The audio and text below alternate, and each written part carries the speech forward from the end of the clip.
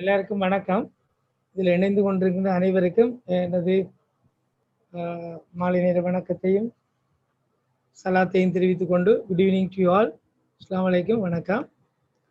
நாங்கள் இன்றைய இந்த பயிற்சி வகுப்பிலே, அதாவது ஐக்கிய தொடர்பாக இன்று உங்களுக்கு அரசாங்க போட்டி பரீட்சையிலே பங்கு கொள்ளுகின்ற நபர்களுக்கான போட்டி பரீட்சையிலே பங்கு பெற்றுகின்ற ஆர்வமுள்ள இந்த இளம் துடிப்புள்ள இந்த புத்திஜீவிகளுக்காக நான் இந்த பயிற்சி வகுப்பினை நடாத்துவதற்காக இங்கு வருகை தந்திருக்கிறேன். உண்மையிலே இந்த பயிற்சி வகுப்பிலே வளர்ந்து கொண்டிருக்கின்ற உங்கள் அனைவரையும் நான் வணக்கம் செலுத்தி மீண்டும் ஒரு முறை உங்களை இந்த பயிற்சி வகுப்புக்காக அழைக்கிறேன். நீங்கள் எல்லோரும் இந்த ஸ்கில்ஸ் அப் இணையதளத்தினுடைய பக்கத்துக்கு சென்று பார்த்தால் உங்களுக்கு அங்கு இந்த ஸ்கில்ஸ் அப் நிறுவனத்தினால் நடைபெறக்கூடிய சகல கற்கைகளும் தொடர்பாக உங்களுக்கு அறியக்கூடிய வாய்ப்புகள் கிடைக்கும். அதிலே தற்பொழுது நாங்கள் கல்வி நிர்வாக சேவை போட்டி பரீட்சையிலே கல்வி நிர்வாக சேவை போட்டி பரீட்சையிலே இணைந்திருக்கிறவர்களுக்காக, விண்ணப்பித்திருக்கிறவர்களுக்காக நாங்கள் எங்களுடைய இந்த பயிற்சி வகுப்பினை நாங்கள் ஆரம்பித்திருக்கிறோம். அந்த அடிப்படையில் இந்த பயிற்சி வகுப்புக்கு இணைந்திருக்கிற நீங்கள், நான் நினைக்கிறேன், கல்வி நிர்வாக சேவை மாத்திரமல்லாது வெவ்வேறு போட்டி பரீட்சைகளுக்கு நீங்கள் விண்ணப்பித்து இங்கு இந்த பயிற்சி வகுப்பில் இணைந்திருப்பீர்கள் என்று நான் எதிர்பார்க்கிறேன். அவர்களுக்காக ஒரு நுண்ணறிவு தொடர்பான விடயங்களிலே நீங்கள் எவ்வாறு ஈடுபட்டு கொள்ள முடியும் என்பதை நான் உங்களுக்கு விளங்கப்படுத்துவதற்காக காத்து கொண்டிருக்கிறேன். ஒரு நிமிடம், நாங்கள் அந்த இணையதளத்துக்கு சென்று பார்க்க எங்களுடைய சொத்தாக இருக்கின்ற பொழுது நாங்கள் நிச்சயமாக எந்த ஒரு தடைக்கல்லையும் நாங்கள் வெற்றிக்கான படிக்கலாக மாற்ற முடியும் என்பது என்னுடைய அபிப்பிராயம். ஆகவே நம்பிக்கையுடன் பயணிங்கள், முயற்சி செய்யுங்கள். முயற்சி உங்களுக்கு பயிற்சியை தரும், பயிற்சி வெற்றியை தரும். எண்ணம், முயற்சி, பயிற்சி, வெற்றி ஆகவே இவற்றை நினைவிலே கொண்டு நாங்கள் இந்த வினாப்பத்திரத்துக்குள்ளே நுழைவோம். பொதுவாக இந்த நான் சொல்லக்கூடியது, இந்த வினாப்பத்திரத்திலே நீங்கள் பொதுவாக சில விடயங்களை நீங்கள் அறிந்திருக்க வேண்டும். குறிப்பாக இந்த ஸ்கில்ஸ் அப்பினுடைய இணையதளத்திலே நான் உங்களுக்கான இந்த நுண்ணறிவும் உழைச்சாரும் என்ற பரீட்சையிலே எவற்றை பொதுவாக எல்லா பரீட்சைகளுக்கும் பொதுவாக நாங்கள் எவற்றை படிக்க வேண்டும் என்கின்ற விடயத்தை நான் சேர்த்திருக்கிறேன். ஆகவே நீங்கள் அதிலே பார்க்கலாம். குறிப்பாக என்னுடைய ஸ்கிரீன் நான் ஷேர் பண்ணுகிறேன்.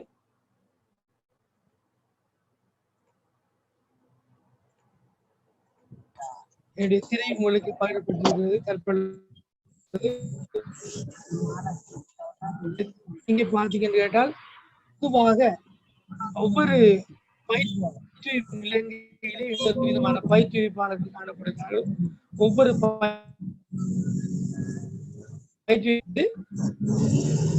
வரவேற்கத்தக்கது. ஆகவே அந்த அடிப்படையிலே என்னுடைய இந்த பயிற்சி வகுப்பிலே இணைந்திருக்கிற உங்களுக்கு நான் என்னுடைய பயிற்சி வகுப்பில் இணைந்திருக்க உங்களுக்கு நான் கதைப்பதற்கு சந்தர்ப்பம் தருவேன். அது வரைக்கும் காத்திருக்கவும். தற்பொழுது நான் உங்களுக்கு எவற்றையெல்லாம் இந்த நுண்ணறிவும் உழைச்சாரும் அல்லது விவேகமும் நுண்ணறிவும் என்ற வினாப்பத்திரத்திலே அல்லது பரீட்சைக்கு தோற்றுகின்ற நீங்கள் தயார் பண்ண வேண்டும் என்பது தொடர்பாக நான் உங்களுக்கு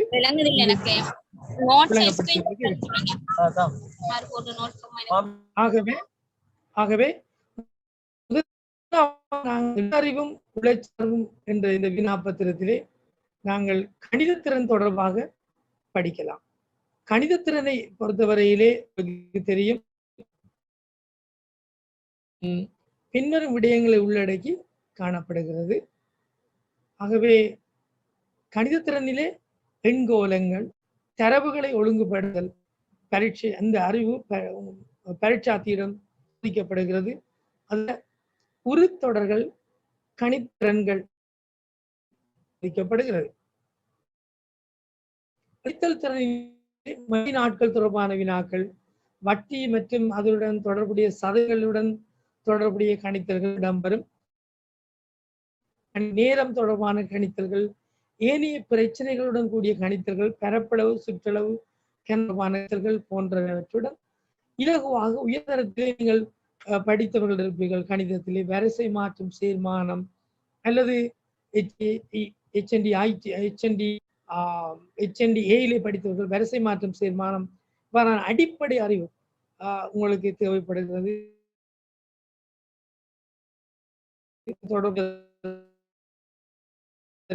இவை தவிர அறிவுகளாக இந்த குறியீடு, அது தவிர வெண்வரை படங்களுடனான பிரச்சனை தொடர்பான பந்தியை அடிப்படையாக கொண்ட தொடர் வாக்கியங்கள் அல்லது தொடர் வினாக்கள் அல்லது சங்கிலி தொடர் வினாக்கள் அவற்றுக்கு விடையளித்தல் எவ்வாறு, பிரச்சனைகள் எண்களில் முடிவுகளை அடிப்படையாக கொண்டவற்றுக்களை தர்க்க ரீதியான போராட்ட தேவைப்பாடு. அடுத்ததாக உருக்களும் வெற்றிடங்களும், அதாவது பல உருக்களை தந்து அடுத்து வருகின்ற உரு என்ன என்று உங்களுடைய கண் அவதானிப்பை அடிப்படையாக வைத்து விடையளிக்கக்கூடிய வினாக்களும் உங்களுக்கு இடம்பெறும். அது தவிர இது தொடர்பான குறிப்பாக மொழித்திறனிலே பார்க்கின்ற போது நாங்கள்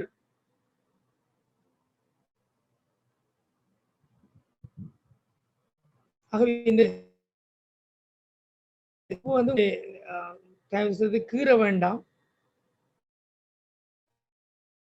நீங்க வரைகின்ற வேலையை நிப்பாட்டுங்கள் தயவு செய்து.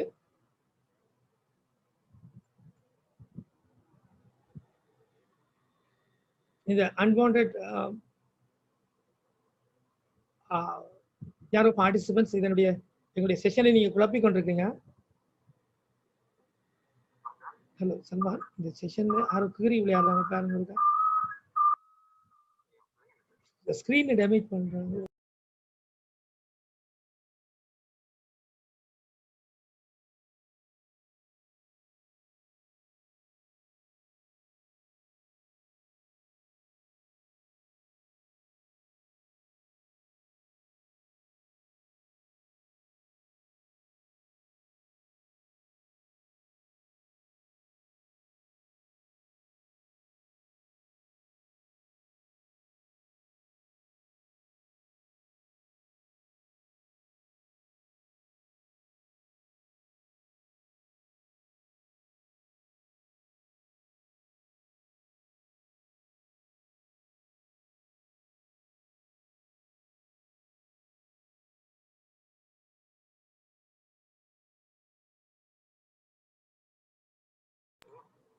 நான் ஸ்கிரீன் திரும்பி ஷேர் பண்ணியிருக்கேன்.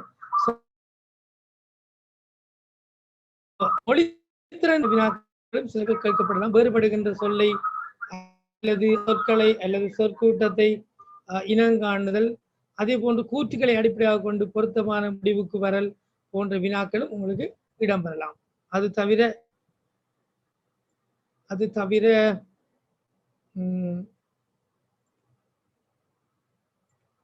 ஓகே, அது தவிர சொல்வளம்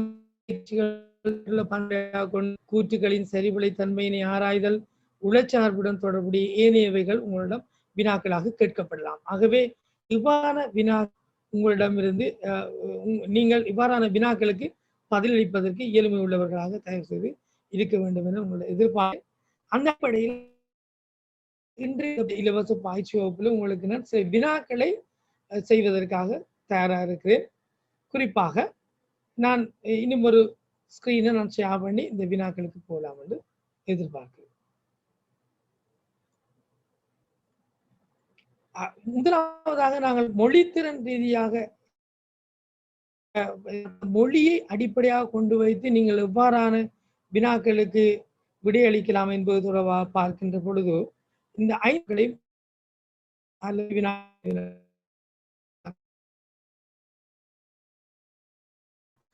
நாங்கள் கணிப்புக்கு நாங்கள் செல்லலாம் என்று எதிர்பார்க்கிறேன்.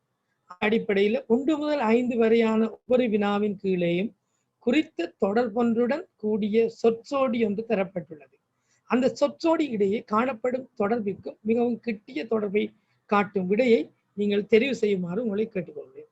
அந்த அடிப்படையில் நான் இங்கு காட்டுகின்ற வினாக்களில் நான் 5 வினாக்களுக்கு தயவு செய்து 2 நிமிஷம் 3 நிமிஷத்துக்கு செய்யறதுக்கு முயற்சி செய்வோம்.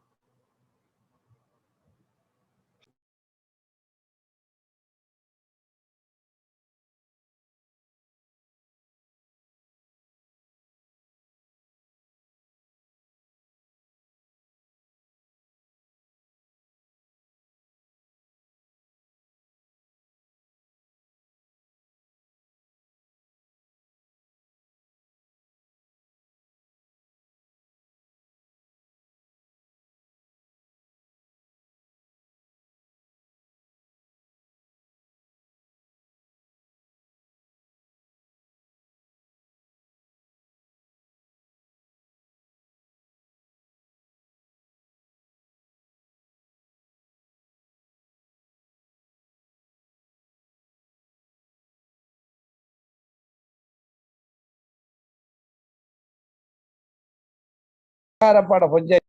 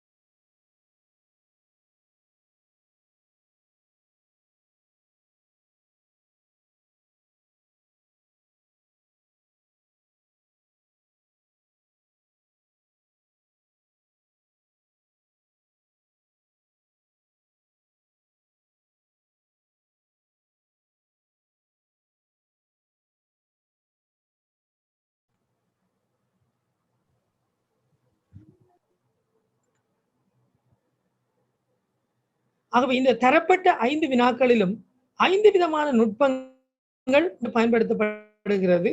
அந்த அடிப்படையில ஒவ்வொன்றையும் நாங்கள் பார்ப்போம். ஒரு 5 இருந்தாலும் ஒரே விதமான நுட்பங்கள் இங்கு பயன்படுத்தப்படாது. அந்த அடிப்படையில முதலாவது உணவு என்கின்ற தொடர்பை பார்க்கக்குள்ள எண்ணம், அரசியல், ரைட். 2வது விட நீர், தாகம். 3வது விடை ஓய்வு, களைப்பு. 4வது விடை தீர்ப்பு, நியாயம். கலைறவன் ஓய்வெடுப்பான் இல்லையா? நியாயம் இருந்தால் தீர்ப்பு கிடைக்கும் இல்லையா? எண்ணம் இருந்தால் அரசியல் முதலாவது விட நிச்சயமாக வராது. ஏனென்று கேட்டால் விளைவு பின்னால, காரணம் பின்னால இருக்கு. பாத்தீங்கன்னா எண்ணம் இருந்தால் அரசியல் செய்யலாம், அரசியல் அந்த மாதிரி சொல்லலாம். அதே போல களைப்பு ஏற்பட்டால் ஓய்வு எடுக்கலாம், ரைட். இதுவும் தொடர்பு சரி. பட்டினியை போல உணவு இருக்குது, களைப்பு இருக்கிறபடியால் ஓய்வு எடுக்கலாம்.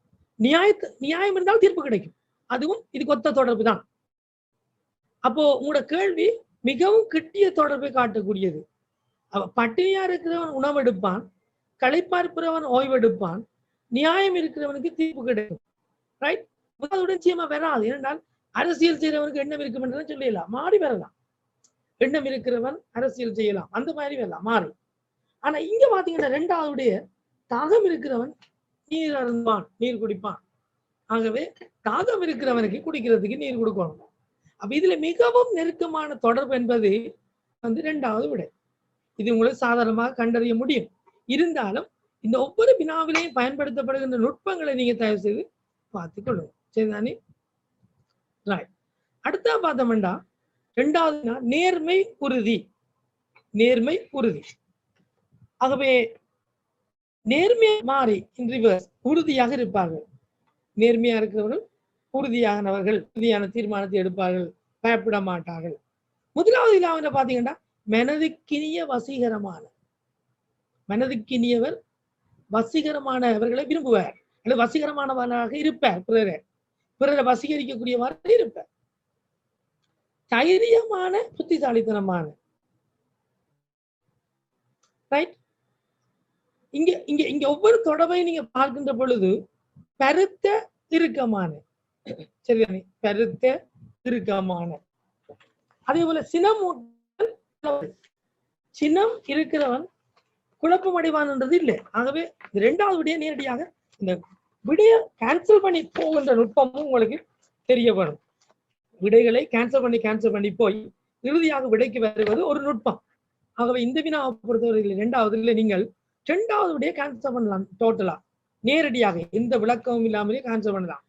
சினம் இருக்கிறவன் குழப்பம் அடைவான் என்று, சினம் இருக்கிறவன் ஆத்திரப்படுவான், சினமூட்டப்பட்டவன் ஆத்திரப்படுவான், அந்த மாதிரி இருக்கும்.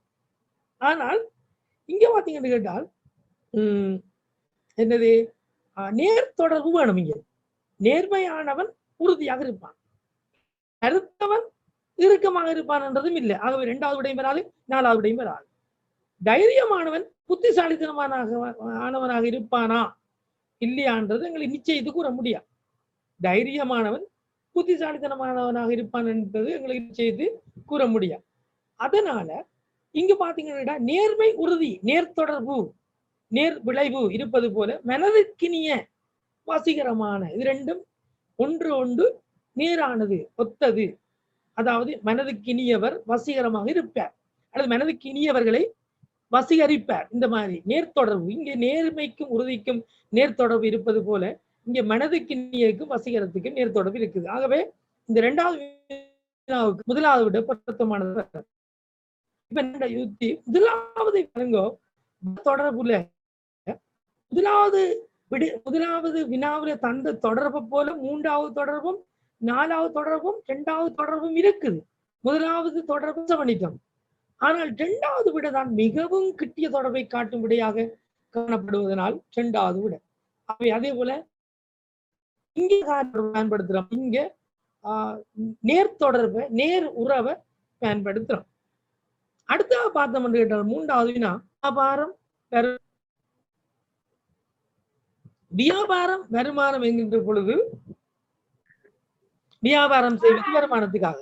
யாராவது ஒருவர் கூட மைக் வந்து ஆன் பண்ணப்பட்டிருக்குது, நீங்க மூன்றாவது வினாவுக்கு யாராவது ஒருவர் விடையை கண்டுபிடித்தால் சொல்ல முடியுமா? விடையை கண்டுபிடித்தால் சொல்ல முடியுமா?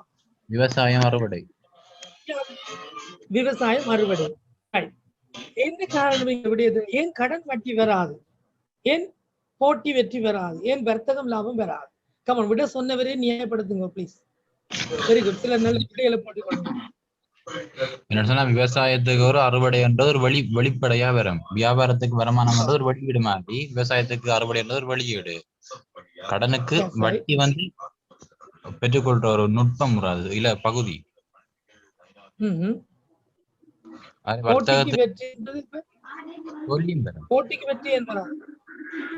வெற்றி மட்டும் பெறாது, தோல்வியும் பெறும். Very good, very good. ஆகவே இந்த மூன்றாவது விட இரட்டை விளைவை காட்டும். இங்க பாருங்க, கடனுக்கு வட்டி மட்டும் பெறாது, வட்டியோட முதலும் தரும். ஆமா இல்லையா? அதே போல போட்டிக்கு வெற்றியும் இருக்கும், தோல்வியும் இருக்கும். வர்த்தகத்துக்கு லாபமும் இருக்கும், நட்டமும் இருக்கும். இங்க பாத்தீங்கன்னு கேட்டா இதெல்லாம் இரட்டை விளைவு. வர்த்தகத்துக்கு லாபமும் பெறும், நட்டமும் பெறும் என்பது இரட்டை விளைவு. போட்டிக்கு வெற்றியும் பெறும், தோல்வியும் பெறும் என்பது இரட்டை விளைவு. கடனுக்கு வட்டியும் பெறும், முதலும் பெறும் என்பது இரட்டை விளைவு. விவசாயத்துக்கு அறுவடை தான் வரும், வியாபாரத்துக்கு வருமானம் தான் வரும். இது ஒற்றை தொடர்பு அல்லது ஒற்றை விளைவு. ஆகவே மூன்றாவது வினாவிலையும் பாருங்க, ஒரு வித்தியாசமான நுட்பத்தை நாங்கள் பயன்படுத்தி இருக்கிறோம். சந்தேகம் நிச்சயமான நிச்சயம். இந்த விடைக்கு விடைகளை பார்க்க போனால் உண்மையில வந்து பாத்தீங்கன்னா மனதுக்கினிய அழகான, மனதுக்கினிய அழகான. சந்தேகம் இருந்தால் இருக்காது, ரெண்டும் பாருங்க ஆப்போசிட் ஆனது. சந்தேகம் இருந்தால் நிச்சயம் இருக்காது, ரெண்டும் ஆப்போசிட் ஆனது. ஆகவே அதே போல பாருங்க, ஆப்போசிட்டான தொடர்பு இருக்கிறது, எதிர்மறை விளைவு, எதிர்மறை தொடர்பு. சந்தேகமான நிச்சயமான. ரைட். சிலர் சொல்றீங்க விட மூன்றாவது விடண்டு பார்ப்போம், வெயிட் அண்ட் சீ. ஓகே, சிலர் மூன்றாவது விட சொல்லியிருக்கீங்க. பாத்திமா பாப்போம். சந்தேகமான, நிச்சயமான, அதே போல வாக்கு சாதுரியம், கூச்சலிடுதல், பணிவான, ஒழுக்கமற்ற, ரைட், திருப்பழக்கத்துக்குள்ளான, வசீகரமான. இதுல எழுத்து பிள்ளைகள் இருக்குது.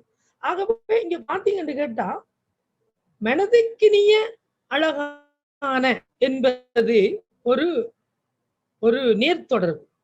மனதுக்கினிய விடயத்தை நாங்கள் அழகானதை மனதுக்கினியதாக ஆக்கி விடுவோம். அது இங்க நேர்தொடர்பு இருக்குது. சந்தேகம் இருந்தா நிச்சயம் இருக்காது, நிச்சயம் இருந்தா சந்தேகம் இருக்காது. ஓமா இல்லையா? வாக்கு சாதுரியம், அதாவது வாய் சொல்லு பலம் உள்ளவன் கூச்சலிடுவான், அது நடக்கும். இதுவும் நேர்தொடர்பு. மனதை அழகானது நேர்தொடர்பு. வாக்கு சாதுரியம், கூச்சலிடுதலும் நேர்தொடர்பு. பணிவான, ஒழுக்கமற்ற, பணிவான ஒழுக்கமான என்று வந்திருந்தால் நேர்தொடர்பு. ஆனா இது எதிராக இருக்குது இல்லையா? பார்த்து ஒரு நாளாவது திருப்பழக்கத்துக்குள்ளானவர் வசீகரமாக இருக்க மாட்டார். இங்க பாத்தீங்கன்னு கேட்டால் திருப்பழக்கத்துக்கு உள்ளானவர் வசீகரமான என்ற சொல் வரக்கூடாது. உண்மையை இவர் எப்படி வரணும்? குடிகாரனா இருப்பார், கொலைகாரனா இருப்பார். அந்த நேரடி விட வந்து இங்க வர்றதுனால நாலாவது விட வராது. நாலாவது விட வராது. திருப்பழக்கத்துக்கு நாலாவது விட இங்க வராது. சரி, சில நாலாவது விடைய கொடுத்துறீங்க. ஆகவே இந்த கேள்விக்கு நாலாவது வினாவுக்கு வந்து மூன்றாவது விடதான் மிகவும் பொருத்தமானது. ஏனென்று கேட்டால் எதிர்மறை விளைவு, சந்தேகமான, நிச்சயமான. இப்ப நீங்க சொல்லலாம் அதாவது நேர்தொடர்பு, இரண்டாவது நேர்தொடர்பு. ஆனா மூன்றாவது நாலாவது எதிர்மறையா தானே இருக்குன்னு யோசிக்கலாம். எதிர்மறைதான். பாருங்க, திருப்பழக்கத்துக்கு உள்ளானவர் வசீகரமாக இருக்க மாட்டார் தான். ஆனா திருப்பழக்கத்துக்கு உள்ளான ஒருவருக்கு சொல்லக்கூடிய, அவர் செய்யக்கூடிய வேறு விஷயங்கள் இருக்கு, தொடர்படுத்தக்கூடிய விடயம். கொலைகாரன், குடிகாரன், போய் சொல்ற, அப்படி. இங்க பாத்தீங்கன்னா பணிவானவன், பணிவானவன் ஒழுக்கமற்ற, ஒழுக்கமற்றவனாக இருக்க மாட்டான். விளங்குது? ஆகவே நாலாவதுக்கு சரியான விடமும் உண்டாகும். ஐந்தாவது வினாவுக்கு நாங்கள் போவோம். சென்டிமீட்டர். இங்க பார்த்தால் ஐந்தாவது வினாவுக்கு எந்த விட மிகச்சாது டெக்ஸ்ட் பண்ணுங்க. முடியுமானவர் டெக்ஸ்ட் பண்ணுங்க. ஒரு விடையில சில இரண்டாவது சொல்லுங்க. உண்மையா சொல்ல போனால் ஏன் மற்ற விடைகள் வராது என்று பார்ப்போம். Very good. சில நல்ல விடையளிச்சு கொண்டு போறீங்க. ஏன் இரண்டாவது விட வரும்? ஏன் மற்ற விடைகள் ஏன் வரா? இங்க கவனமா இருக்கணும். நீங்கள் இந்த விட வரும் என்று சொல்ற அதே நீங்க மற்ற விடைகள் ஏன் வராது என்றதும் உங்களுக்கு தெரிஞ்சிருக்க வேணும். இப்படியான இந்த மொழி அறிவில வந்து மொழி அறிவு பற்றிய விவேகம், நுட்பமான வினாக்கள், நுண்ணறிவு வினாக்கள்ல வந்து நீங்கள் மெட்டதை ஏன் பண்றீங்க என்ற விடையும் உங்களுக்கு தெரிய வேணும். சரிதானே? அந்த அடிப்படையில கிராம், கிலோகிராம், செகண்ட், நிமிடம், மில்லிமீட்டர், லீட்டர், சதம், ரூபாய். இங்க பாத்தீங்கன்னு கேட்டால் 1 கிலோகிராம் எவ்வளவு? சாரி, 1000 கிராம் 1 கிலோகிராம் இல்லையா? 60 செகண்ட் 1 நிமிடம். என்னது 1000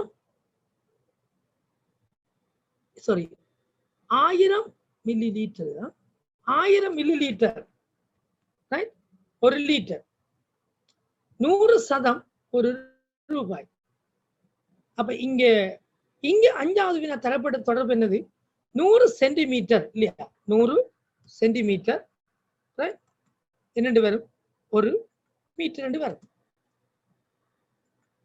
மற்ற வினாக்களை நாம் பாத்தீங்கன்னா இதுக்கு 1000 கிராம் 1 கிலோகிராம் இல்லையா?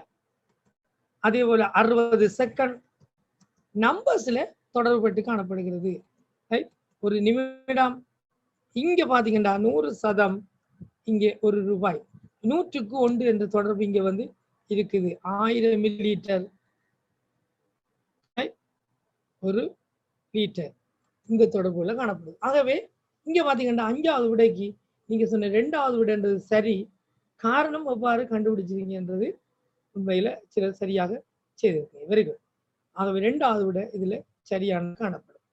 ஓகே, இது தொடர்பான வினாக்களை நாங்கள் இப்ப பார்த்தோம். அதாவது இந்த 5 வினாக்களையும் பார்த்தீங்கன்னு கேட்டால் உண்மையில பார்த்து கேட்டால் 5லையும் வித்தியாசமான அணுகுமுறைகள் பின்பற்றப்படுகிறது. சிலர் அபிப்பிராயம் முதலாவது வினா சொல்லி பட்டினி என்பது பட்டினி அறிவு கொடுக்கத்தான் வேணும் இல்லையா? பட்டினியான மக்களுக்கு வழங்க வேண்டும். ரைட்? அந்த தொடர்பு முதலாவதுல காணப்படல, வெளிப்பட தெரியுது. ஆகவே அதுல நாங்கள் மினக்கெட தேவையில்லை, டைம் வேஸ்ட் பண்ண தேவையில்லை. ரெண்டாவது பாருங்க, தாகம் நீர் குடிப்ப. உங்களுக்கு ஒரு டவுட் வரும், நீரும் குடிக்கலாம், என்னது குளிர்பானம் குடிக்கலாம் என்று வரும். களைப்பு ஓய்வு வரும், அது இருக்கட்டும். ரெண்டாவது விட மூன்றாவது பார்ப்போம். களைப்பா இருக்கிறவர் ஓய்வு எடுப்பார், நியாயப்படுத்துறவர் தீர்வு, நியாயம் இருக்கிறவர் தீர்ப்பு எடுப்பார். நியாயப்பட தீர்ப்பை பெறுவார், களைப்பா இருப்பவர் ஓய்வை பெறுவார், பட்டினியா இருப்பவரை பெறுவது போல. முதலாவது நீங்க என்ன சொல்லணும் கேட்டா, தரப்பட்ட தொடர்பை நீங்க விளங்கிக் கொள்வது மிக முக்கியமானது. தரப்பட்ட தொடர்புல என்ன உறவு இருக்குது என்பதை நீங்க கண்டறிய வேண்டும். ஆகவே தரப்பட்ட தொடர்புல இருக்கின்ற உறவை கண்டறிதான் மற்ற தொடர்புகளுக்கு நீங்க மூவ் பண்ண வேண்டும், இந்த மாதிரியான வினாக்களுக்கு. ஆகவே இங்கே இதுவும் முதலாவது விட வராது நாங்கள் நிராகரிச்சிட்டோம். மூன்றாவது விட வரலாம், நாலாவது விடையும் வரலாம், இரண்டாவது விடையும் வரலாம். ஆனால் ஏன்? காரண காரிய தொடர்பு. ஆனால் இதுல மிகவும் கிட்டிய தொடர்பு என்பதோட இது உணவன்றோட தொடர்பு விஷயத்தோட இருக்கிறபடியால், இது தாகம், பட்டினி, நீர், உணவோட தொடர்பா இருக்கிறபடியால் இரண்டாவது விடையை நாங்கள் ஏற்றுக்கொள்கிறோம். சுருக்கமா சொல்றேன், வினாவில் பயன்படுத்தப்பட்டது காரண காரிய விளைவு, இரண்டாவது வினாவில் நேர் விளைவு, மூணு ஒற்றை இரட்டை விளைவை அடிப்படையாக கொண்டு ஏனைய விடைகளை ஒற்றை விளைவனாக காட்டுறோம். நாலாவது எதிர்மறையான முடிவுகள், ஐந்தாவது அளவு ரீதியானது. ஆகவே ரீதியானது எதிர்மறை, ஒற்றை விளைவானது தொடர்பு கொண்டது, அடுத்தது காரண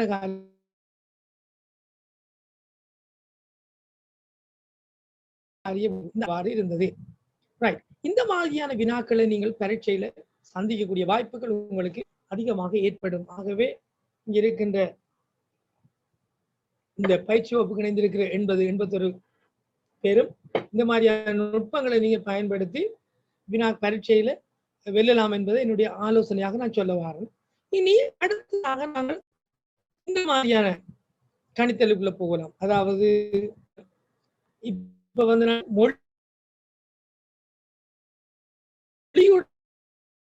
நுட்பமான தர்க்கரீதியான உறவை தொடர்பை தர்க்கரீதியான எண்கோலங்கள் போட்டு நம்பரை கண்டுபிடிக்கிறது, இந்த மாதிரியான வளங்களை வெற்றிடத்துக்கு பிடிக்கிறது என்பதானது இந்த மாதிரியான என்னது வெண்பறை படங்கள். நான் சொன்ன, நான் உங்களுக்கு ஆரம்பத்திலே வெண்பறை படங்களுடன் தொடர்புடைய வினாக்கள் உங்களுக்கு படங்களுடன் வரக்கூடிய வினாக்கள் சரிதானே?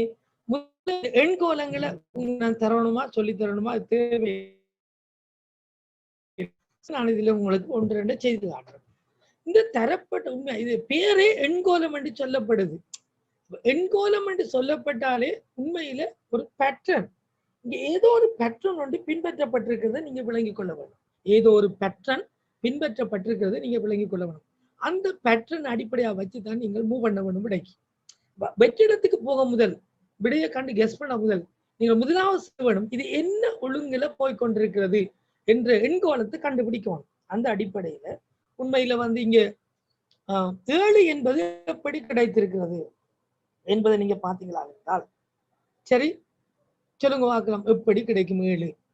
யாராவரால் 7 15 எப்படி வந்தது, 31 எப்படி வந்தது, இப்படி நீங்க விடைக்கு போக வேணும். சரி, ஆகவே இந்த எண்கோலத்தை கண்டுபிடிக்கிறது சரியான விடையை சொல்லுறீங்க, வெரி குட். ஆகவே இந்த எண்கோலத்தை கண்டுபிடிக்கிறத முதல் முயற்சி செய்யணும். ஆகவே எண்கோலத்தை முதல்ல எப்பவும் இந்த மாதிரியான வினாக்கள்ல ஏதோ ஒரு பேட்டர்ன், சரிதானே, ஏதோ ஒரு பேட்டர்ன் கட்டாயம் போய்கொண்டிருக்கு. ஆகவே நாங்கள் இப்ப என்ன செய்ய வேண்டிய, 7 முதல் எப்படி வந்தது அதை கண்டுபிடிக்க இல்லாம தான் இருக்கும். என்ன 15 எப்படி வந்தன்னு கண்டுபிடிச்சால் அது மாதிரி தானே அது வந்திருக்கும். ரைட். ஆகவே நாங்கள் உண்மையா அந்த 7 வந்திருக்கும் 3 தர 2, சரியா? 3 தர 2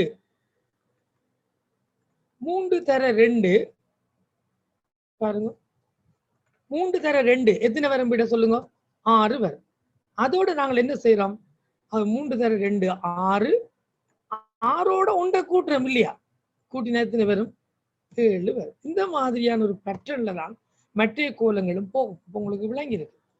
ஆகவே இங்க பாத்தீங்கன்னா அடுத்தது 15 எப்படி வந்திருக்கும் சொல்லுங்க. அதே மாதிரி இல்லையா, எப்படி அங்க வந்த 7 அடிப்படையாக வச்சு 7 தர 2 14 இல்லையா, 7 தர 2 14 இல்லையா, சக சக 1 அப்ப 15 இல்லையா. இந்த மாதிரி அப்படியே எண்கோலம் போய்கொண்டே இருக்கும். ஆகவே அதே போல நீங்க குயிக்கா பார்க்கலாம். இங்க வந்து என்ன 15 தர 2 ஓகே, 15 மன்னிக்க வேணும், 16 தர 2 இல்லையா, 16 தர 2 16 தர 2 32 32 ஒன்றை கழிச்சா 31 இல்லையா. அதே போல மெட்டதை நீங்க எடுக்கலாம். ஆகவே நீங்க 16 தர 2 விரைவாக செய்து பார்க்கலாம். இது இப்ப நான் உங்களுக்கு செய்க வழி சும்மா காட்டுறேன், உங்களுக்கு உங்களோட வேகம் வந்து நீங்கள் கூட்டிக் கொண்டு போகலாம். இங்க பாத்தீங்கன்னு கேட்டால் 16 தர 2 32, 32 இருந்து ஒன்றை கழித்தால் சமன் 31. அப்போ இங்க பாத்தீங்கன்னு கேட்டால் 30 இங்க பார்க்கலாம் இல்லையா, ஒன்று கிட்டால பேர் இருக்கும். 8 தர 2 16, 14 ஒன்று கழித்தால் சாரி 7 தர 2 16, 15, 7 தர 2 14 ஒன்று 15. இங்க பாத்தீங்கன்னா கழிக்கிறீங்க. அடுத்தது பாருங்க, ட்ரை பண்ணி பாருங்க. அடுத்து எப்படி வரப்போகுது? 63. 8 தர 2 கமான், 8 தர 2 8 தர 2 மன்னிக்க வேண்டும், 32 தர 2 இல்லையா, 32 தர 2 64, அதிலிருந்து ஒன்றை கழித்தால் 63. நான் மாறி சொல்லி தருதில்லை, கழிக்கணும். அப்ப நாங்கள் இதுல வந்து 7 2 14, 8 தர 2 16, 16 இருந்து ஒன்றை கழிக்கிற அந்த குழந்தை சரியா வருமா?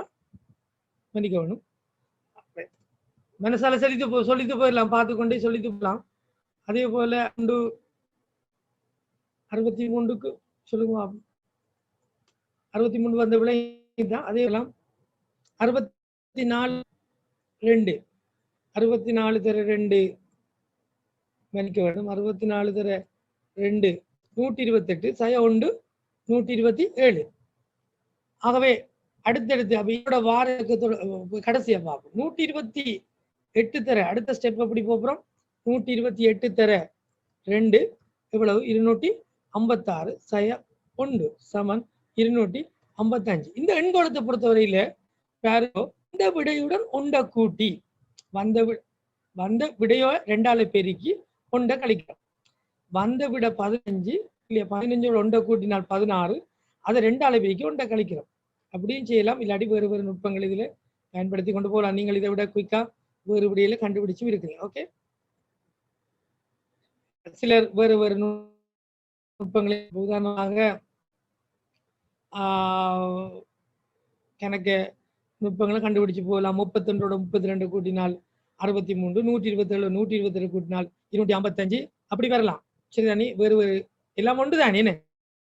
8 தர 2 16, 16 ஒன்றை கழிச்சா 15, 12 பெருக்கினா 32, 32 ஒன்றை கழிச்சு 31, இந்த 32 2 அளவுக்கு 64, ஒன்றை கழிச்சு 63, 64 இருந்து 64 2 அளவுக்கு 128, அதுல இருந்து ஒன்றை கழிச்சா 127, 128 2 அளவுக்கு 256, அதுல இருந்து ஒன்றை கழிச்சா 255.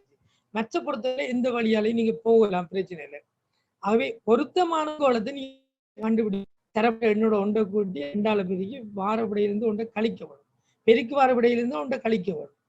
ரைட்? அல்லது நீங்க என்ன செய்யலாம், 15 7ஓட 8 கூட்டினா 15, 15ஓட இன்னொன்று கூட்டி 16 கூட்டினா 32, 32ஓட 32 கூட்டினா 63, 63ஓட 63ஓட இல்லையா, ரைட்? அப்படி 63ஓட அடுத்த கூட்டினா 127, அதோட இதை கூட்டினா 255. சரியான விட 255 இருக்கு. ரைட்?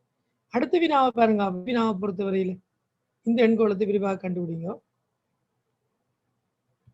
4 7 15 29 59 117 235. இந்த வினாவை பொறுத்தவரையில எப்படி இலவாக கண்டுபிடி, இதுலயும் ஒரு எண்கோளம் வந்து உருவாக்கப்பட்டிருக்குது. கமான், ஆகவே இந்த முதலாவது இலக்கத்தை விட்டுட்டு இரண்டாவது இலக்கத்தை பற்றி நீங்க போக்குள்ள வந்து ஆட்டோமேட்டிக்கலி முதலாவது இலக்கம் எப்படி வந்துன்றது உங்களுக்கு விளங்கும். இங்க பாத்தீங்கன்னு கேட்டால் இல்லையா எப்படி 4 2 8 8ல இருந்து 1 கிடைச்சா 7 சரிதானே. அதே போல இங்க வந்து 7 எடுத்து 2ஆல பெருக்குங்க. 7 2ஆல பெருக்கினால் 14 14ஓட 1 கூட்டினால் 15. அப்ப இங்க வந்து வித்தியாசமா இருக்குது. இதுவும் ஒரு எண்கோளத்தை அடிப்படையாக கொண்டு இருக்குது. உங்களுக்கு தெரியும் அங்க முன்னுக்கு இருக்கிற 4 எடுத்து பெருக்கணும் வேண்டாம். இதெல்லாம் கண்டுபிடிக்கணும். அது பிராக்டிஸ் பண்ணக்குள்ள உங்களுக்கு அது வேறு சரியா. பயிற்சி எடுத்தீங்கன்னா அதான் நான் சொன்னேன், பயிற்சி உங்களுக்கு தேர்ச்சியை தரும், தேர்ச்சி உங்களுக்கு வெற்றியை தரும். ஆகவே முயற்சி பயிற்சி தேர்ச்சி. முதல்ல வந்து எண்ணம் விருப்பம் வேணும். விருப்பம் இருந்தால் தான் முயற்சி செய்யலாம்.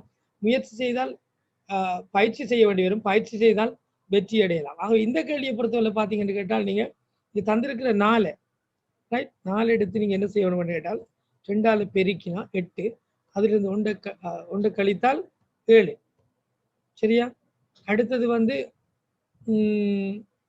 சரிதானே நான் சொல்றேன். அதே போல மற்றது 7 2ஆல பெருக்கினால் வந்து 7 வந்த விடையை எடுத்து ரைட் வந்த விடைய 7 எடுத்து நாங்கள் 2ஆல பெருக்கினோம் என்றால் 14 14ஓட 1 கூட்டினால் 15. இங்க வந்து பாத்தீங்கன்னா கழிப்படுது கூட்டுப்படுது, கழிப்படுது கூட்டுப்படுது, அந்த மாதிரியான ஒழுங்குல மாறி மாறி போகும். ஆகவே விட வந்து 469 என்றது எல்லாருமே சரியாக சொல்ற விட. ஓகே. ஆகவே அடுத்த வினாவை பார்த்தோம்னா அப்படி போகல 29 15 எடுத்து நீங்கள் என்ன செய்யணும், 15 எடுத்து தெரியுதானே எல்லாருக்கும்.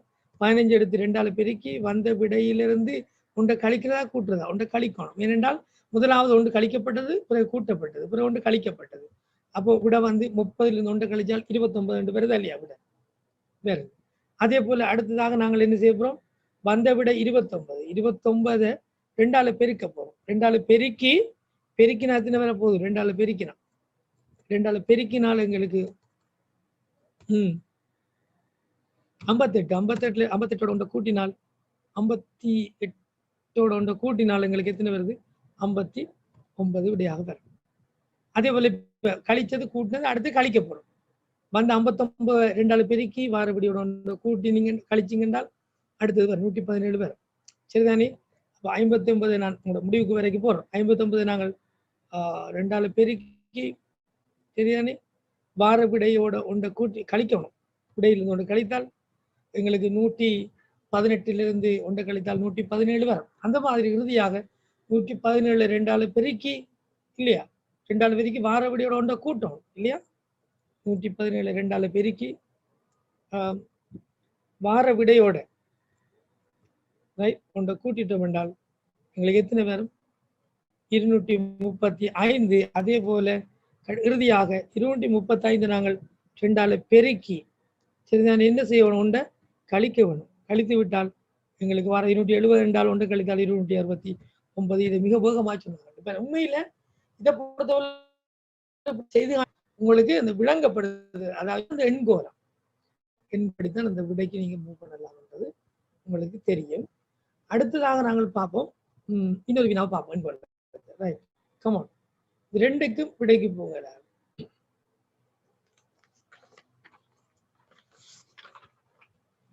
விடைக்கு போங்கன்னா நான் செய்ய தேவையில்லை நான் எதிர்பார்க்கிறேன்.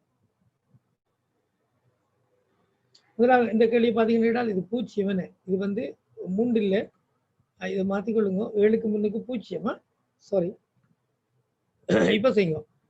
பூஜ்ஜியம் என்று கேட்டால் 0 7 26 1 கணம் 1. இதை பாருங்க 7 அப்படி வருதுன்னு பார்ப்போம் இருக்கா.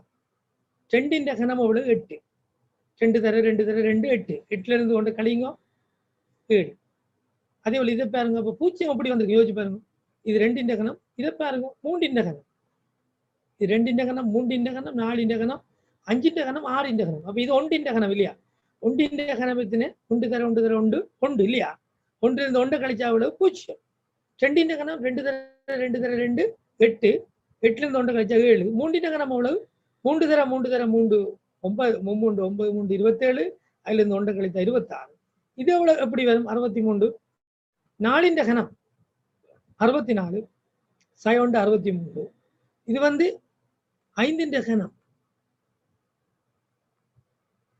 ஸோ இது வந்து 5 கணம் 124 வரணுமா? சாரி. 5 கணம் வந்து 5 தர 5 தர 5 எவ்வளவு? 125. அதுல இருந்து 1 கழித்தால் 124. இங்க 6 கணம் என்றால் எப்படி வரும்? 6 தர 6 தர 6 6 6 36 36 6 6 வைக்கிறா 216. அதுல இருந்து 1 கழித்தால் எவ்வளவு வரும்? 214 இருந்து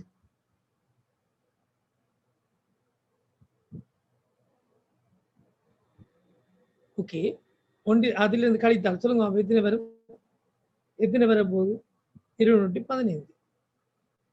1 கணம் 2 கணம் 3 கணம் 4 கணம் 5 கணம் 6 கணம் என்று அது வரும். ஓகே. அடுத்ததை பார்ப்போம். இந்த வினாவை பாருங்க. 9வது வினாவை நீங்க பார்த்துட்டு இந்த மாதிரியான வினாக்களை நாங்கள் நிறுத்திக் கொள்வோம். ஸோ எண்கோலங்களை பொறுத்தவரை நீங்க எல்லாருமே செய்யக்கூடிய மாதிரி அந்த பேட்டர்னை கண்டுபிடிச்சிங்கன்னு கேட்டா உண்மையில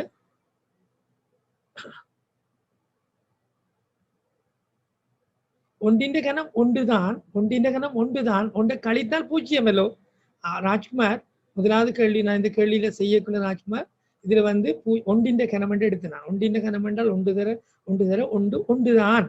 அதுல இருந்து 1 கழித்தான் 0 தானே. அதே போல 2 கணம் 2 தர 2 தர 2 8. அதுல இருந்து 1 கழித்தால் 7. அப்படி சொல்லி போறேன்னா சரி. Okay, thank you thank you so much. அடுத்தது பார்ப்போம். இந்த கேள்வி பாருங்க. 9வது வினாவை பாருங்க பார்ப்போம். 9வது வினாவை பொறுத்தவரை என்ன விட்டாரும் குயிக்கா நீங்க சொல்லுவாங்க. இதெல்லாம் simple matter. Okay, right, very good. என்ன விட போறீங்களோ 9வது வினாவுக்கு? 9வது வினாவுக்கு 23 என்று சொல்லி அளிக்கப்பட்டிருக்கிறது. நஃபான் 23 தந்திருக்கீங்க. எஸ், இப்ப இது எப்படி செய்யறது? வெரி சிம்பிள் இல்லையா? 23 தான் எல்லாருமே விட எடுத்திருக்கீங்க. Very good. நாங்கள் தாமதிக்க தேவையில்லை, இதுக்கு போகலாம். டெக்ஸ்ட் பண்ணியிருக்கீங்க. இனிமேல் சரியான விடைய டெக்ஸ்ட் பண்ணிருக்கீங்க. எப்படி என்று கேட்டால் இப்ப 5ல இருந்து நாங்கள் 3 கழித்தால் இந்த வினாவுக்கு வந்து இப்படி செய்யலாம். இப்ப பாருங்க. ரைட், 3 5 8 12. யாராவது சொல்லுவோம் எப்படி செய்யலாம்? 2 மெத்தட் பயன்படுத்தப்படலாம். 2 3 4 5 2 போகும். இங்க பாருங்க 3 5 3 5 8 11. ரைட், 2 2 4 2 4 4 1 கழித்தால் 3. அப்படி பார்க்கலாம். அதே பேட்டர்னோட கிட்டத்தட்டதாக வரும். ரைட், அதே போல வந்து 2 4 4 இருந்து 1 கழித்தால் 3 சாரி இங்க பாருங்க 3 2 6 6 இருந்து 1 கழித்தால் 5 4 2 அடுத்தது எப்படி வரப்போகுது பாப் யாராவது சொல்லுங்க. 23 விட எடுத்தாங்க. கமான், இங்க பாருங்க 2 4 4 இருந்து 1 கழிக்கிறீங்க. இப்ப வந்து கூட்டுறீங்க இல்லையா? கூட்டுறீங்க இல்லையா? எப்படி 2 4 4 5. அடுத்தது எப்படி வரும் சொல்லுங்க. கமான் சொல்லுங்க. 3 5 8 அல்லது 5 3 8. ரைட், அது அடுத்த பாதியை பாருங்க. இது எப்படி வரப்போகுது? இந்த 3 எப்படி வந்தது? 2 4 4 இருந்து 1 கழிச்சா 3. 5 எப்படி வந்தது? 2 4 4 1 கூட்டினா 5. Right, okay. அடுத்தது பாருங்க 3 5 8. 3 5 8. ஓகே, அது மாதிரி யோசிங்க பாபு. இங்க வந்து 12 எப்படி வந்தது? யாராவது கமான்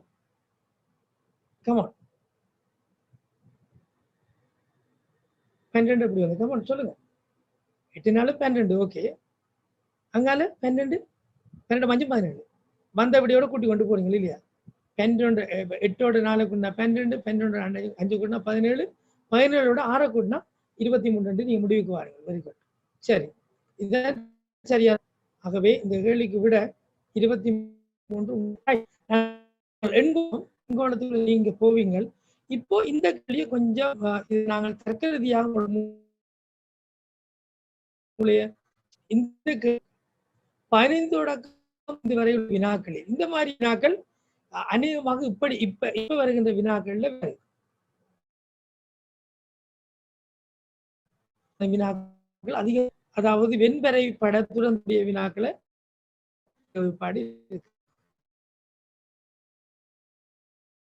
சரிதானே? முதல் 15 தொடக்கம் உள்ள தரப்பட்டுள்ள வெண்படங்களை அடிப்படையாக கொண்டவை. ஒவ்வொரு வினா இலக்கத்தின் கீழும் தரப்பட்டுள்ள தொடர்புகளுக்கு பொருத்தமான வெண்வரி படத்தை தெரிவு செய்து அவ்வெண்வரி இலக்கத்தை எதிரே அடைப்புக்குறியினுள் தர புள்ளிக்கோட்டின் மீது எழுதுக. சரி, ஓகே. அந்த அடிப்படையில இப்ப நீங்க பாருங்க, 11வது கேள்விக்கு என்ன விட? 11வது கேள்விக்கு என்ன விட? மாணவர்கள் ஆரம்ப பிரிவு மாணவர்கள், மாணவர்கள் ஆரம்ப பிரிவு மாணவர்கள், இடைநிலை பிரிவு மாணவர்கள். இதுக்கு எந்த படம் பொருத்தம்? அந்த படத்தின் இலக்கத்தை இந்த பிராக்கெட்டுக்குள்ள போட்டீங்கன்னா சரி. மொழி, ஜப்பான், கணிதம். கமா, மொழி, ஜப்பான், கணிதம்.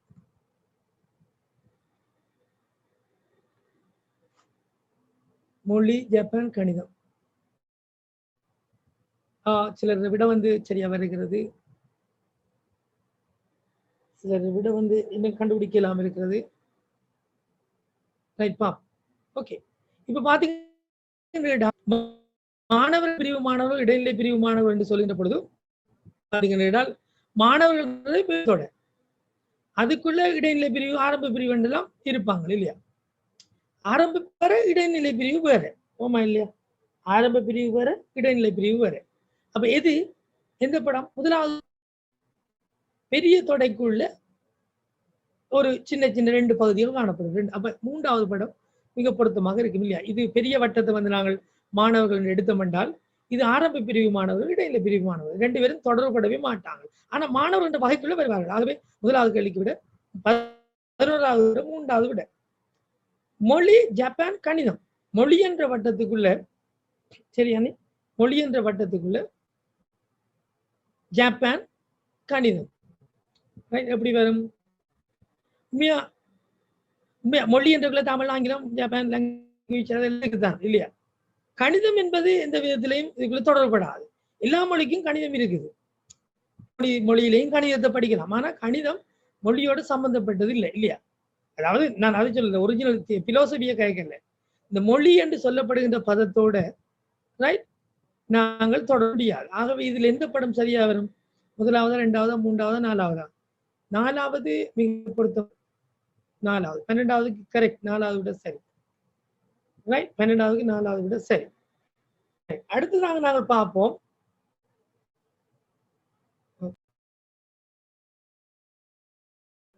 அடுத்ததாக நாங்கள் பார்ப்போம் 11 வினாவை பாருங்க. முதலாம் தரத்தில் உள்ள ஆண் பிள்ளைகள் 11ஆம் தரத்தில் உள்ள பெண் பிள்ளை பங்கு பெற்றும் பிள்ளைகள். இந்த கேள்விக்கு நாங்கள் பார்ப்போம். அப்போ இதுல முதலாம் தரத்தில் உள்ள ஆண் பிள்ளைகள், 11ஆம் தரத்தில் உள்ள பெண் பிள்ளைகள் 2 பேரும் வேறு வேறு கிரேட், மற்றும் ஆணும் பெண்ணும். 2வது கேள்விக்கு சரியா கொஞ்சம் ட்ரை பண்ண பாருங்க. உங்களுக்கு சில போட்டாக்களை விட பிள்ளையா இருக்குது, அதனடியான்னு சொல்றேன். அது கொஞ்சம் ட்ரை பண்ணுங்க. 13வது முதலாம் தரத்தில் உள்ள ஆண் பிள்ளைகள், 11ஆம் தரத்தில் உள்ள பெண் பிள்ளைகள். ஆனா விளையாட்டுகளில் பங்கு பெற்றும் பிள்ளைகள் ஆண் பெண் சொல்லப்படலை.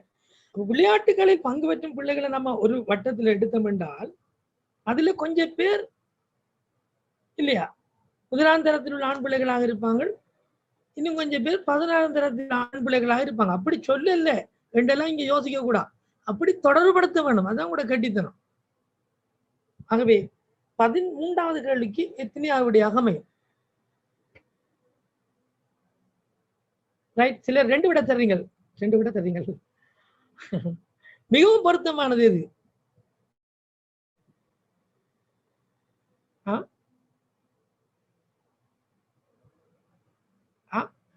முதலாவது விடையா? 3வது விட வராது இல்லையா? 4வது விடையும் வராது. அங்க ஏற்கனவே முதலாங்களுக்கு 2ஆங்களுக்கு வராது என்று சொல்லல, திரும்பவும் வர முடியுமாக இருந்தால் அதுபடியாக வரலாம். சரிதானே? ஆகவே இப்ப 1 அல்லது 2 இப்படிதான் விடையை தட்டி வரணும். 3வது விடையும் வராது, 4வது விடையும் வராது. ஏனென்றால் இங்க பாத்தீங்கன்னு கேட்டால் 3வது படம் என்னத்தை சொல்லுது? பெரிய ஒரு தொடைக்குள்ள இல்லையா 2ம் வேற வேற. முதலாம் தரத்தில் உள்ள அதாவது 2ம் வேற வேற பிரிவினரை காட்டு. ரைட். 4வது படம் என்ன சொல்லுது? ஒன்றுக்குள்ள இன்னொன்று அடக்கம், இன்னொன்று பிரிம்பா கிடக்கு, தனியா கிடக்கு, அதுவும் வராது. இங்க பாத்தீங்கன்னா விளையாட்டில் பங்கு பெற்றும் பிள்ளைகளை பொதுவாக எடுத்துட்டோம் என்றால் அதுல கொஞ்சம் பேர் என்ன முதலாம் தரத்தில் உள்ள ஆண் பிள்ளைகளாக இருக்கலாம், 11ஆம் தரத்தில் உள்ள பெண் பிள்ளைகளாக இருக்கலாம். இப்ப முதலாம் படம் வராதுன்னு நான் அடிச்சு சொல்லுவேன். என்னன்னு கேட்டால், முதலாம் படத்துல பாத்தீங்கன்னா இருக்க வட்டத்துல பாருங்கோ, நடுவுல இருக்க வட்டம் இருக்குத்தானே, இதுல இந்த வட்டம் இடக்கை பக்கம் இருக்கிற இந்த வட்டம், என்னுடைய மவுஸ் மூவ் பண்ணது உங்களுக்கு விளங்கும். இந்த வட்டம் முதலாம் தரத்தில் உள்ள ஆண் பிள்ளைகளாக எடுப்பீங்கண்டா இடது கை பக்கம், வலது கை பக்கம் 11ஆம் தரத்தில் உள்ள பெண் பிள்ளைகளாக நீங்க எடுப்பீங்கன்னு கேட்டால், அப்போ இந்த நடுவில் இருக்கிற வட்டம் விளையாட்டுகளில் பங்கு பெற்றும் வட்டம் என்று நம்ம எடுத்தால், சரிதானே, பங்கு பெற்றும் வட்டம் என்று எடுத்தால், இடது இருக்கிற வட்டம் வந்து விளையாட்டுற வட்டத்துல கொஞ்சம் தடுக்குது. இந்த பாருங்க, இந்த இந்த அதாவது கொஞ்சம் பாருங்க,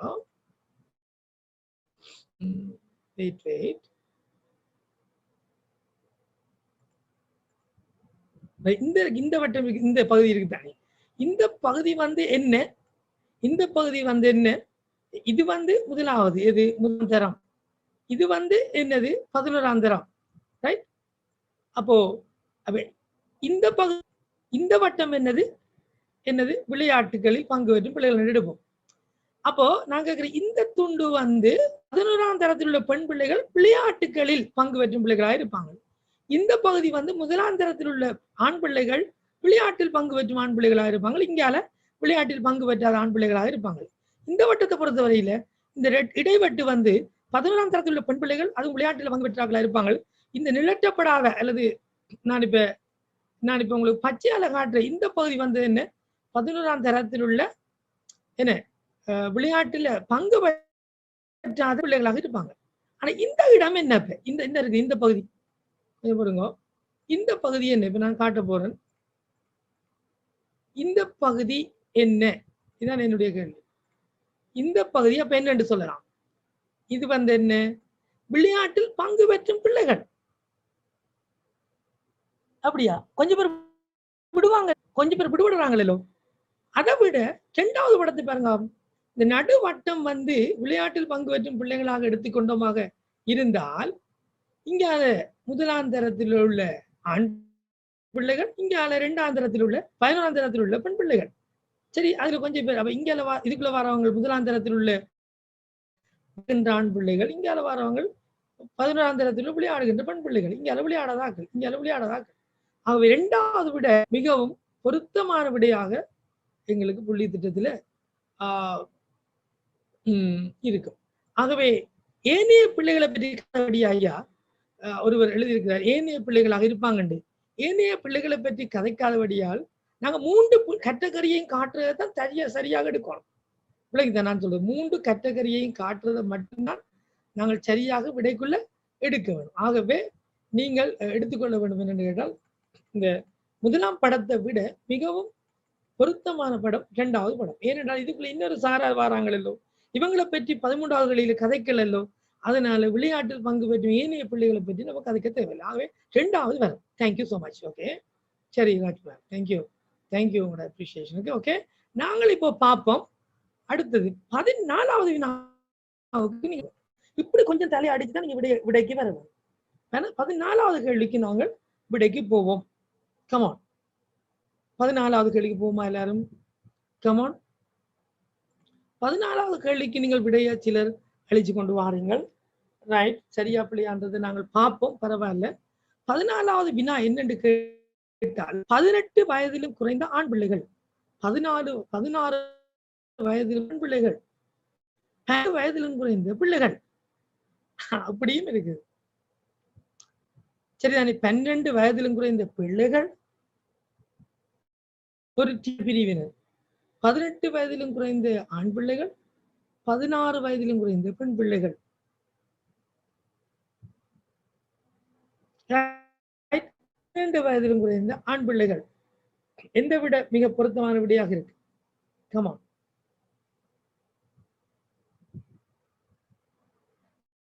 ஃபாத்திமா சாஹிபுதீன் 2வது சரி. நான் ஏற்கனவே சொன்ன 13வது வினாவுக்கு 2வது விட தான் சரியாமா. ஓகே, 14வது கேள்விக்கு எத்தனையாவது? கமான், இப்போ உங்களோட பல பேர் வந்து தலையை போட்டு அடிச்சு கணக்கு பதில அழிச்சு கொண்டிருக்கிறீங்க. Okay okay okay, I will explain, don't worry. திரும்பவும் நான் விளங்கப்படுத்துறேன். இந்த 13வது கேள்வியில நான் சொன்னது என்னன்னு கேட்டா, ஏன் முதலாவது படத்தை நான் எடுக்கல என்றதுக்கு காரணம் என்று கேட்டால், இதுல இன்னொரு சாராரை பற்றி கதைக்கிறாங்களோ, இந்த இடைக்குள்ள இருக்கிறவங்களை பற்றி இன்னொரு சாரார் இதை பற்றி கதைக்கக்குள்ளமா எங்களுக்கு இவங்களை பற்றிய கூற்று தரப்படலை, கூற்றோட தொடர்படுத்தப்படலை. இந்த படமும் வரலாம் என்று நீங்க முடிவெடுத்தால் அதை விட இதுதான் பெரும் என்று சொல்ல தெரியும் உங்களுக்கு. இரண்டாவது, இங்க நான் திரும்பவும் பாருங்க, எல்லாரும் நினைச்சுக்கொள்ளுங்க. 13வது வினாவுக்கு நான் திரும்பவும் பாருங்க. முதலாவது படத்தை விட இரண்டாவது படம் மிகவும் பொருத்தமான விடாதான் புள்ளித்திட்டத்தில் இருக்கின்ற விடையும் கூட. ரைட், இப்ப நாங்கள் 14வது வினாவுக்கு வருவோம். 8 வயதிலும் குறைந்த பிள்ளைகள் ஒரு வட்டம், 16 வயதிலும் பிள்ளைகள் இன்னொரு வட்டம், 12 வயதிலும் குறைந்த பிள்ளைகள். மன்னிக்கணும், சாரி. அதாவது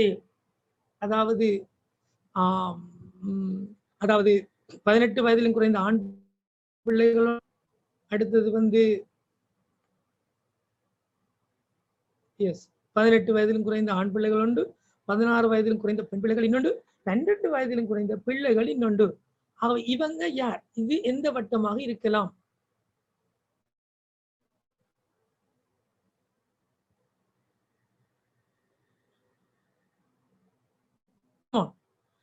இப்ப நீங்க முதலாவது படத்தை பாத்தீங்கன்னு கேட்டால், கணக்கு பேர் முதலாவது அல்லது இரண்டாவது என்று சொல்றீங்க, கேக்குறீங்க, பரவாயில்ல. ஓகே ஓகே, இப்ப நாங்கள் முதலாவது படத்துக்கு போவோம்னு கேட்டால், இந்த வட்டம் நடுவில் இருக்க வட்டம் இருக்குதானே, இந்த நடுவில் இருக்க வட்டத்தை நாங்கள் என்ன செய்வோம்னு கேட்டால், நடுவில் இருக்க வட்டம் இருக்குதானே, இந்த வட்டத்தை நாங்கள் சரிதானே இவங்களை 18 வயதிலும் குறைந்த ஆண் பிள்ளைகள் என்று எடுத்தா, 18 வயதிலும் குறைந்த ஆண் பிள்ளைகள் என்று எடுத்தா சரி. ஆனா இங்க ஆண் பிள்ளைகள் என்று தரப்படுது. ஆகவே 18 வயதிலும் குறைந்த ஆண் பிள்ளைகள் என்று தரப்படுறபடியால் இந்த 18 வயதிலும் குறைந்த ஆண் பிள்ளைகளுக்குள்ள சரிதானே சரி, பெண் பிள்ளைகளோட கதையை கதைக்க இயலாதா இல்லையா?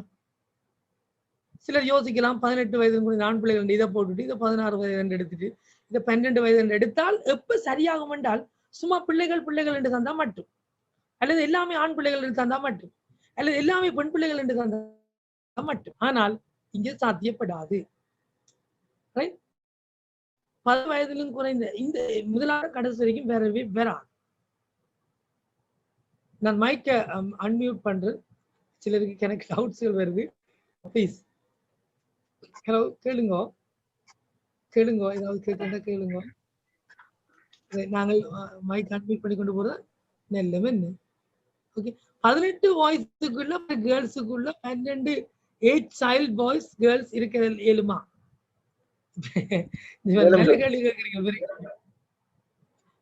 நல்ல கேள்வி கேட்கிறீங்க. நான் கேட்கிறேன் கேட்டால் 18 வயதிலும் குறைந்த ஆண் பிள்ளைகளுக்குள்ள தம்பி 16 வயதிலும் குறைந்த பெண் பிள்ளைகள் இருக்கலுமா? முடியாது. 12 வயதிலும் குறைந்த பிள்ளைகள் இருக்கலாமா இல்லையா? இருக்கலாம் சார். 18 வயதிலும் குறைந்த ஆண் பிள்ளைகள் கூட 12 வயதிலும் குறைந்த பிள்ளைகள் இருக்கலாம். அதே போல மாறி பாருங்க, 16 வயதிலும் குறைந்த பெண் பிள்ளைக்குள்ள அந்த வட்டத்துக்குள்ள 12 வயதிலும் குறைந்த பிள்ளைகள் வட்டம் இருக்கலாமா இல்லையா? 16 வயதிலும் குறைந்த பெண் பிள்ளை 16 வயதிலும் குறைந்த பெண் பிள்ளை வட்டத்துக்குள்ள 12 வயதிலும் குறைந்த வட்டம் இருக்கலாம், அல்லது 18 வயதிலும் குறைந்த ஆண் பிள்ளைகள் வட்டத்துக்குள்ள 12 வயதிலும் குறைந்த வட்டம் இருக்கலாம். ரெண்டு சாத்தியமா? அப்படி படம் இருக்குதா? ரெண்டாவது படம் இருக்குது. Very good. ரெண்டாவது படம் தான் மிக அர்த்தமான படம். வெரி குட், சரிதானே? ஆகவே 14க்கு முதலாவது விட வராது. ஆகவே நாங்கள் இரண்டாவது விடையத்தான் நாங்கள் படத்தை தான் விடையாக மிக பொருத்தமான பதிலாக நாங்கள் கொள்ளலாம். Okay, thank you. அடுத்த வினாவுக்கு நாங்கள் மூடுவோம். நான் மைக் ஆஃப் பண்ணித்தேன், நீங்கள் டெக்ஸ்ட் பண்ணுங்க வளமையை போல, அது இன்ட்ரெஸ்டிங்கா இருக்குது. நீங்கள் டெக்ஸ்ட் பண்றது நல்லா இருக்குது. ஓகே, ஆகவே இந்த 14வது வினாவுக்கு ரெண்டாவது. Right, come on. 15வது வினாவுக்கு என்ன விட? யாராவது பாப்போம். 15வது விடைக்கு வினாவுக்கு கணக்கு பேர் பதிலளிச்சு கொண்டிருக்கிறீங்க. பாப்போமா? உண்டா? பாப்போமா? ஓகே, 15வது வினாவுக்கு பார்ப்போம். ஓகே, 15 வினாவுக்கு பார்த்தோம் என்றால் பாடசாலைகள் இல்லையா? 1AB பாடசாலைகள், 1C பாடசாலைகள், பாடங்கள் முதலாவது படம் வருமா? டக்குனு செக் பண்ணுங்க. முதலாவது படம் வருமா? வருமா வராதா? வராதா? வருமா வராதா? வராது. ஏன் வராது? ஏன் பவானி வராது? ஏன் வராது பவானி? சொல்லுங்க. ரைட். உண்மையில வராது. ஏன் வராது? முதலாவது படம் பாடசாலை முழுமை தொகுதி, பெரிய அகிலத்தோட மாதிரி அல்லது பெரிய ஒரு தொடை, அதுக்குள்ள வன்னேபி உண்டு, வன் சீன் உண்டு இல்லையா? இதுல மூன்றாவது படம் சிம்பிளா தெளிவா எல்லாருக்குமே பதில் விளங்கக்கூடிய மாதிரியான படமாக இருக்கிறது. ஆகவே மூன்றாவது விடைய கொள்ளலாம். இந்த மாதிரியான வினாக்களுக்கு பாருங்க, நேரம் எடுக்கும். படத்தை பார்த்தோன்னே சிம்பிள், தேங்க்யூ எல்லாருமே. அநேகமான நோ இன்ட்ரெஸ்ட். ஓகே, பரவாயில்ல. ஓகே, அநேகமான ஆட்கள் என்ன செய்றீங்கன்னு கேட்டால், உங்களோட விடையை நீங்க டெக்ஸ்ட் பண்றீங்க. Very good, very nice, very nice. ஆனா உண்மை இந்த மாதிரியான கேள்வியை பார்த்தா சிம்பிளா தெரியும், ஆனால் கொஞ்சம் உங்களுக்கு உங்களை தர்க்க ரீதியாக நீங்கள் யோசிக்க வைக்கிறது. ஆகவே தேங்க்யூ சம்சுதீன். ஆகவே நாங்கள் என்ன செய்யணும் என்றால், இதுல பிராக்டிஸ் எடுத்தா மட்டும்தான் தம்பி விரைவானதுக்கு எங்களால வர முடியும். பிராக்டிஸ் எடுத்தா மட்டும்தான் எங்களால இந்த மாதிரியான வினாக்களுக்கு விரைவாக எங்களால் மூவ் பண்ண முடியும். ஆகவே திரும்ப ஞாபகப்படுத்துறேன், விருப்பு அல்லது எண்ணம், முயற்சி, பயிற்சி, வெற்றி. இதை நீங்க மறக்க கூடாது. சரிதானே? விருப்பு அல்லது எண்ணம், முயற்சி, பயிற்சி, வெற்றி. இது உங்களுக்கு சாத்தியமாகணும் என்றால் கட்டாயம் நீங்கள் இந்த மாதிரி முயற்சி எடுக்கத்தான் வேணும். பேப்பர் கிடைக்கும், கட்டாயம் கிடைக்கும். நான் உங்களுக்கு போட்டு விடுவேன், நீங்கள் செய்து பார்க்கலாம். ரைட்? ஓகே, கேள்வியை எழுதி வாயால சொல்ற கேள்வி எழுதி எனக்கு பதில தாங்க. 2 நிமிஷம் தருங்க உங்களுக்கு. காமா, இந்த கேள்வி எழுதுறீங்களா எல்லாரும்? ரைட், எழுதுங்கோ. நான் ஸ்டார்ட் பண்ண போறேன். காப்பி எடுங்க, எழுதுங்க. ப்ளீஸ் பண்ணி எழுதி நீங்க இந்த கேள்விக்கு விடையை தாருங்க. முதலாவது கேள்வி, ஒரே ஒரு கேள்வி தான். முதலாவது, பி என்பவர்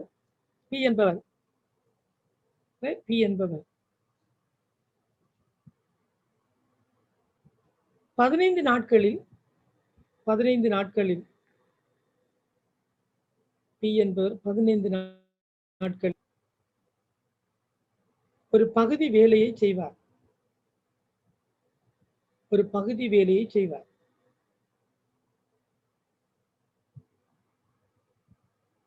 அத்துடன் Q என்பவர்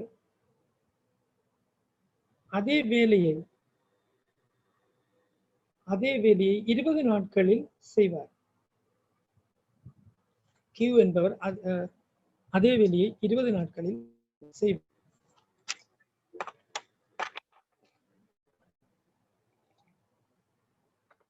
உங்களோட கேள்வி, Pயும் Qவும் சேர்ந்து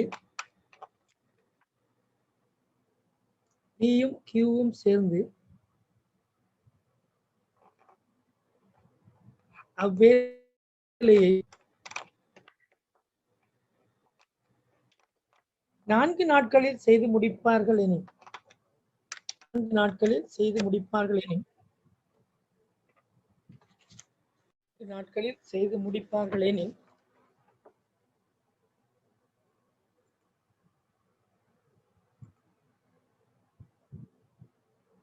4 நாட்களில் செய்து முடிப்பார்கள் எனில்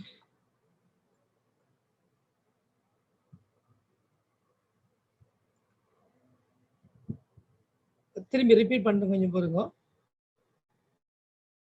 சேர்ந்து அதே வேலை, அந்த இருவரும் சேர்ந்து 4 நாட்களில் செய்து முடிப்பார்கள் எனில் மீதியாக உள்ள வேலையின் அளவு என்ன? மீதியாக உள்ள வேலையின் அளவு என்ன?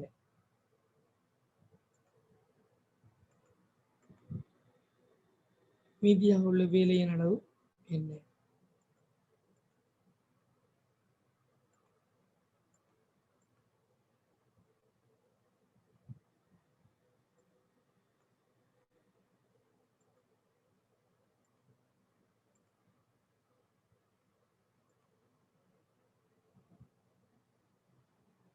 சோ இப்ப நான் உங்களுக்கு விளங்கப்படுத்த போகின்றேன். உங்களுக்கு நான் இந்த கேள்வியை நீங்க விரைவாக எனக்கு செய்து காட்டுங்க. விரைவாக எல்லாரும் செய்து காட்டுறாங்க.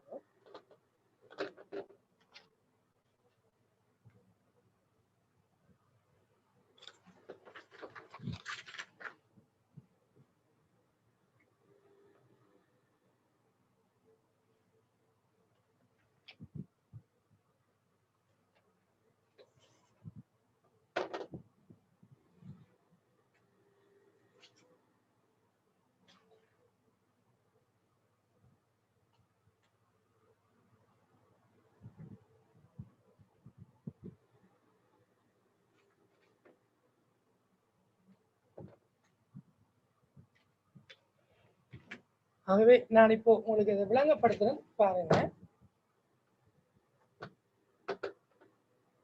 செய்து முடிச்சிட்டீங்களா? நான் உங்களோட மைக்கை அன்மியூட் பண்றேன்.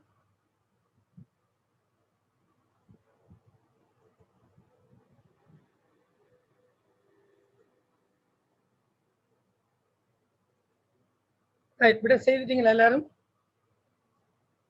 கதைக்கலாம் என்னோட. விட செய்துட்டீங்களா சார்? கேள்வி கிளியர்லாம் போயிடுது சார், சாரி. திரும்பவும் சொல்றேன், பி என்பவர் ஒரு வேலையை 15 நாட்களில் செய்து முடிப்பார். பி என்பவர் வேலையின் பகுதி ஒன்றை அல்லது வேலையை ஒரு பகுதியை 15 நாட்களில் செய்து முடிப்பார். சரியா? 15 நாட்களில் செய்து முடிப்பார். ஓகே. கியூ என்பவர் அதே வேலையை P15 நாள் தான். கியூ என்பவர் அதே வேலையை 20 நாட்களில் செய்து முடிப்பார். P15 கியூ வந்து 20. கலைக்க வேண்டாம். அடுத்து பியும் கியூவும் சேர்ந்து 4 நாட்களில் செய்து முடிப்பார்கள் எனில்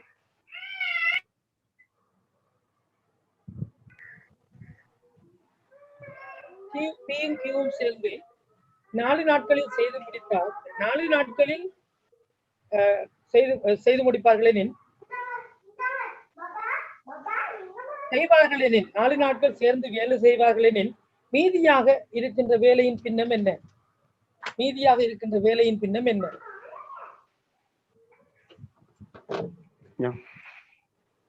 சரியா? செய்யுங்களா? யாராவது விட எடுத்தாங்க இருக்கிறீங்களா? மீதியாக இருக்கின்ற வேலையின் பின்னம் என்ன? 15. வேற யாரும் வேற விடைகள்? 18 சார். 15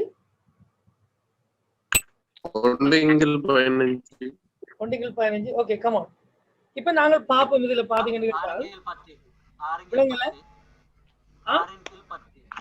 6 ஓகே. வேற 15 மேல் 18 என்ன விட? 15 மேல் 8 15 மேல் 8 அப்படியா? Right, okay. பார்க்கலாம். ஓகே, உங்களுக்கு தெரியும். இப்ப நாங்க பார்ப்போம். முதலாவது பி என்பவருக்கு இல்லையா, என்னுடைய போர்ட் விளங்கு நினைக்கிறேன் இல்லையா, பி என்பவர் எத்தனை நாட்கள் வேலை செய்ய முடிப்பார்? அந்த குறிப்பிட்ட வேலை என்ற பகுதியை 15 நாட்கள். அப்போ ஒரு நாளில் இல்லையா பி செய்யும் வேலையின் அளவு எவ்வளவா இருக்கும் சொல்லுங்க. ஒரு நாளில் பி செய்யும் வேலையின் அளவு எவ்வளவாக இருக்கும்? 15 ஒன்றா இருக்கும் இல்லையா? அதே போல நாங்கள் பார்ப்போம். ஒரு நாளில் கியூ செய்யும் வேலையின் அளவு எவ்வளவு? 20. ஆகவே இப்ப நம்ம முடிவெடுப்போம். ஆகவே ஒரு நாளில் பியும் கியூவும் சேர்ந்து செய்யும் வேலையின் அளவு எவ்வளவு? ஒரு நாளில் பியும் கியூவும் சேர்ந்து செய்யும் வேலையின் அளவு எவ்வளவு? 1/15 இல்லையா? 15 ஒன்றையும் 15 20 நம்ம என்ன செய்யணும்? கூட்ட வேண்டும் இல்லையா? இருக்கும். இது வந்து ஒரு நாளில் பி செய்யும் வேலையின் அளவு 15 உண்டு, ஒரு நாளில் கியூ செய்யும் வேலையின் அளவு 20 உண்டு. ஆகவே ஒரு நாளில் பியும் கியூவும் சேர்ந்து செய்யும் வேலையின் அளவு எவ்வளவு என்று கண்டுபிடிச்சிருப்பீங்க எல்லாரும். ஓகேயா? இப்போ உங்களுக்கு விட வந்திருக்குது. ஒரு நாளில் பியும் கியூவும் சேர்ந்து செய்யும் வேலையின் அளவு, ஒரு நாளில் இல்லையா பியும் பிளஸ் கியூவும் சேர்ந்து செய்யும் வேலையின் அளவு எவ்வளவு? என்ன 15 1 பிளஸ் 20 உண்டு இல்லையா? அப்ப நாங்கள் என்ன செய்யலாம்? 60 இதை 4 பெருக்கினா 60 60 4 பிளஸ் இங்க 3 பெருக்கினா 60 3 இல்லையா? 7 அப்ப எத்தனை? 7 × 60 இல்லையா? 7 × சரியா நான் சொல்றது இல்லையா? 7 × 60. ஓகே. இப்ப நான் கேட்கிறேன், இது ஒரு நாளில் பியும் கியும் சேர்ந்து செய்யற வேலையின் அளவுதானே. ஆகவே 4 நாளில் பியும் கியும் சேர்ந்து செய்யும் வேலையின் அளவு என்ன? 4 தர 60 இல்லையா? நான் சொல்றது சரியா? இது ஒரு நாளில் பியும் கியும் சேர்ந்து செய்யற வேலையின் அளவு தானே 67. ஆகவே 4 நாளில் பியும் கியும் சேர்ந்து செய்யும் வேலையின் அளவு 67 தர 4. அப்ப எத்தனை வரும்? 15. 15ல் 7 தான் என்னது? 2 பேரும் சேர்ந்து செய்யும் வேலையின் அளவு. ஆகவே 15ல் 7 போனா மிச்சம் எத்தனை? 15ல் 8. 15ல் இருந்து 7 × 15 கழிச்சு பண்ணால் 15ல் 8 பங்கு வேலையின் அளவு. இது வேலையின் அளவு தான் நீங்க கண்டுபிடிக்கிறது. 15ல் 8 பங்கு வேலையின் அளவு வந்து என்ன விளங்க நான் சொல்றது? 15ல் 8 பங்கு வேலையின் அளவு வந்து மீதியாக செய்யப்படாமலுக்கு இருக்கும். விளங்கு அணியில இருக்கும். சிம்பிளா விளங்கு அணியில இருக்கும். ரைட். அதே போல இன்னொரு கேள்வியை தரேன் உங்களுக்கு. Okay okay thank you. அடுத்த கேள்வி எழுதுங்க. நாங்கள் கேள்விகளுக்கு கொஞ்சம் மூவ் பண்ணலாம். இன்னும் 1-2 கேள்வியை பார்த்து நாங்கள் இதை நிறைவு செய்வோம். 2வது வினா எழுதுங்க.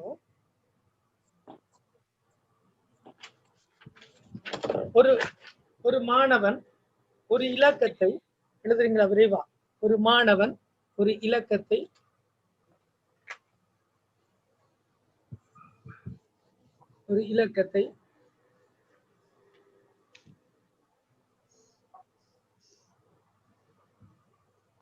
ஏழின் கீழ் 3 பெருக்க முனைந்த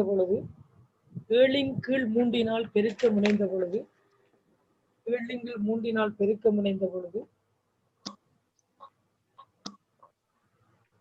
அவன் தவறுதலாக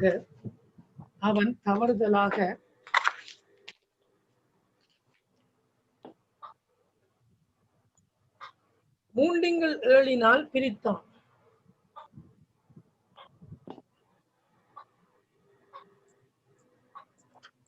எனின் அவனுடைய உண்மையான பெறுபேற்றுக்கும் தற்பொழுது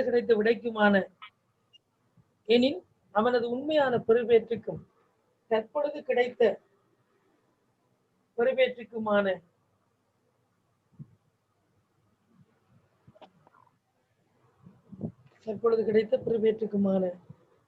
வலுவை சதவீதத்தில் தருக.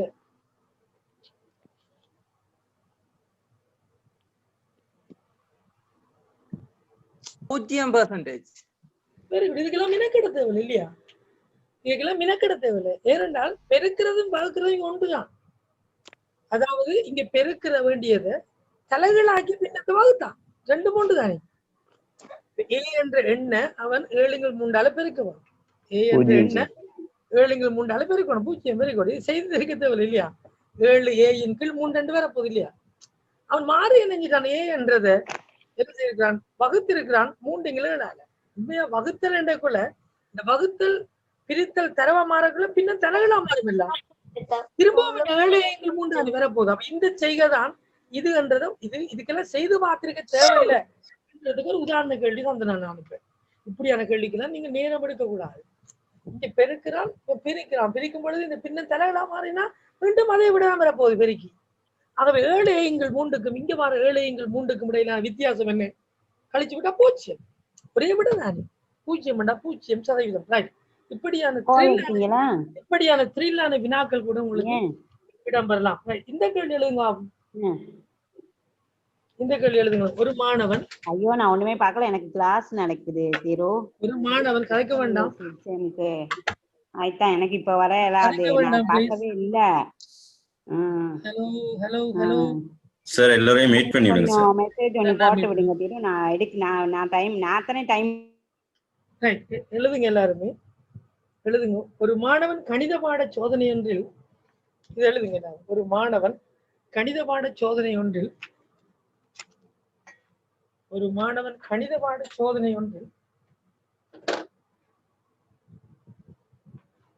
45 புள்ளிகளை பெற்றான். ஒரு மாணவன் கணித பாட சோதனை ஒன்றில் 45 புள்ளிகளை பெற்றான்.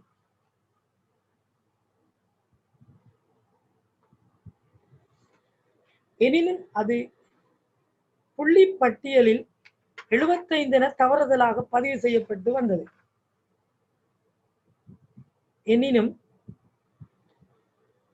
எனினும் அது புள்ளி பட்டியலில் 75 என தவறுதலாக பதியப்பட்டிருந்தது.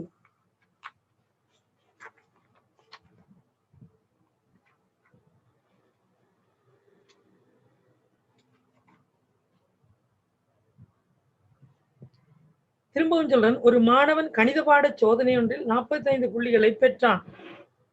எனினும் அது புள்ளி பட்டியலில் 75 என தவறுதலாக பதியப்பட்டிருந்தது. அத்தவறை திருத்திய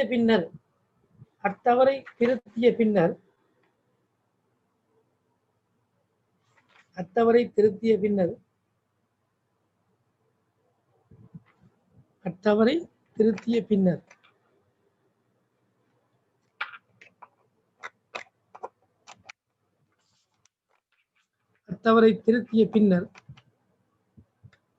கணித பாட சோதனைக்காக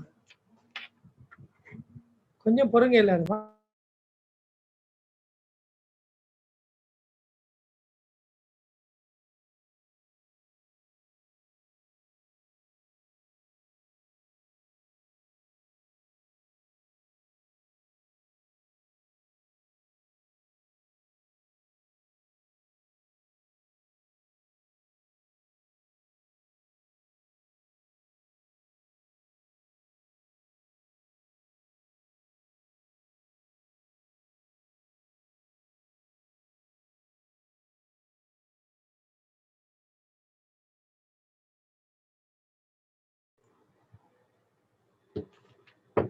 எழுதிக் கொள்ளுங்க. அந்த தவறை திருத்திய பின்னர் கணித பாட சோதனைக்காக வகுப்பின் சராசரி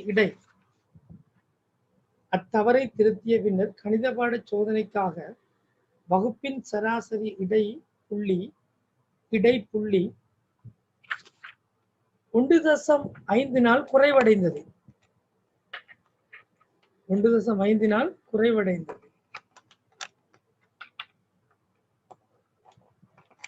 அக்கணித பாட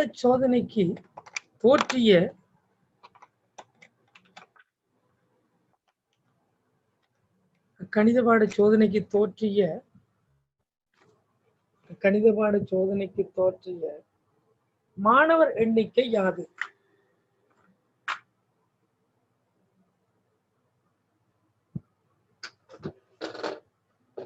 சரி, நான் இப்போ உங்களுக்கு அந்த கேள்வியை திரும்பி இருக்க வாசிக்கிறேன்னு சொல்லுங்க. எழுதுங்க. அதாவது, ஒரு மாணவன் கணித பாட சோதனை ஒன்றில் அவசரப்பட்டு விட எடுக்காங்க. ஒரு மாணவன் கணித பாட சோதனை ஒன்றில் 45 புள்ளிகள் பெற்றான். எனினும்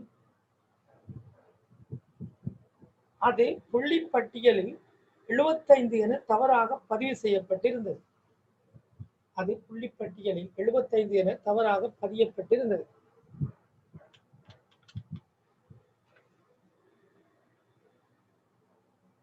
அத்தவறை திருத்திய பின்னர்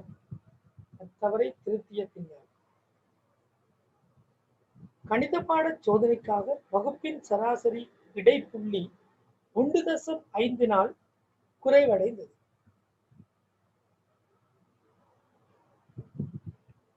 கணித பாட சோதனைக்கு தோற்றிய மாணவர்களின் எண்ணிக்கை யார்?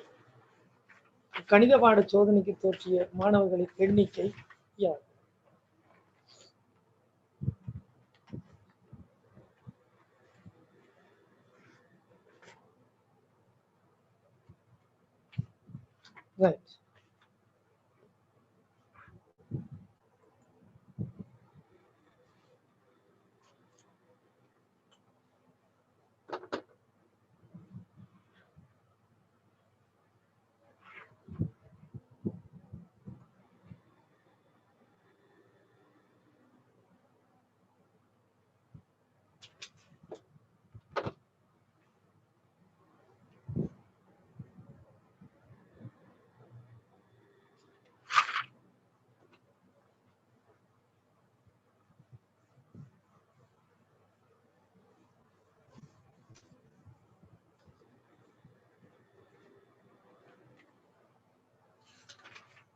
ரைட்.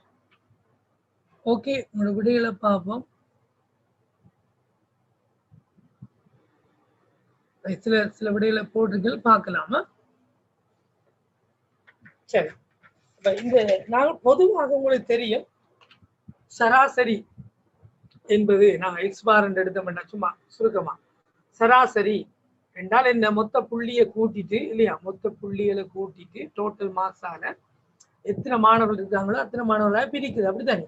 இதுதான் சாதாரணமான ஒரு நடைமுறை. விளையாட்டு நான் சொல்றது இப்ப எக்ஸ் ஒரு சராசரி சமன் ரைட், மொத்த மாணவர்கள் எண்ணிக்கைய மொத்த புள்ளிகளால மொத்த புள்ளியை கூட்டி போட்டு மொத்த மாணவர் எண்ணிக்கையால பிரிக்கிறது. இப்ப உங்கள்கிட்ட கேட்கிறாங்க என்னன்னு கேட்டால் ரைட், ஒரு மாணவன் கணித பாட சோதனை என்று 45 புள்ளிகளை பெற்றிருந்தான். ஆனா அது தவறுதலாக 75 என மாற்றி பதியப்பட்டிருக்கிறது. அப்ப மொத்த மார்க்ஸ்ல நம்ம என்ன செய்யணும், 30 மார்க்ஸை குறைக்கணும் இல்லையா? இப்ப நம்ம சொல்லுவோம் எக்ஸ் என்ற ஒரு சராசரி வந்திருக்கிறது கேட்டால் இப்ப எத்தனை தெரியல, ஒரு எக்ஸ் என்ற சராசரி கிடைச்சிருக்கின்றால் அந்த மொத்த புள்ளிய மொத்த மாணவர்கள் எண்ணிக்கையை பிரிச்சிருக்கோம். இப்ப மொத்த மாணவர்கள் எண்ணிக்கை தெரியாது எங்களுக்கு, மொத்த புள்ளி ஒரு டி என்று எடுப்போம். மொத்த புள்ளியில இப்ப என்ன உண்மையாவும் எடுத்த மார்க்ஸ் வந்து 45, ஆனா அது எப்படி பதியப்பட்டிருக்குது 75. இப்ப எத்தனையை குறைக்கணும், 30. அப்ப நம்ம என்ன செய்யணும்னு கேட்டால் இங்க பாருங்க, மொத்த மார்க்ஸ் டீல இருந்து 30 கழிச்சா மாணவர் எண்ணிக்கை மாறாது தானே, ஆனா சராசரி எதால குறையுதாம், சராசரி புள்ளி அது 1.5 குறையுதாம் சொல்லப்படுவோமா இல்லையா? அப்ப முதல் எக்ஸ் கிடைத்திருந்தால் அதுல 1.5 குறைக்கும், ஏன்னா மொத்த மார்க்ஸும் குறைய போகுதானே. அப்ப நம்ம இங்க என்ன சொல்லணும் கேட்டால் மாணவர் எண்ணிக்கை தானே காணணும். அப்ப நாங்கள் குறுக்கால பிரிக்கிறோம், இங்க என் ஒன்றாவது பிரிக்கிறோம், இங்க என் வந்து என் இன்டு எக்ஸ் 1.5. இந்த என்ன பிரேக்கெட் நீக்கம் செய்யாம வச்சுக்கொள்ளும், அதாவது என்ன பிரேக்கெட் நீக்கம் செய்யாம வச்சுக்கொள்ளும். இதை நான் சொல்றது இதை குறுக்கால பிரிக்கிறேன், இதை இதால இருக்கும், இதை இதால இருக்கும், சமன் 4 டி 30. சரிதானே? இப்ப இங்க இருந்து ஒரு முடிவு எடுத்துக்கலாம். நம்ம என்ன முடிவு எடுக்கலாம், என் எக்ஸ் ஆல வரிக்கிட்டால் என் எக்ஸ் சமன் D, N X borrow Exo. சரிதானே? இப்ப நாங்க எங்களுக்கு தேவை மாணவர்கள் எண்ணிக்கை, அப்படித்தானே, மாணவர்கள் எண்ணிக்கை.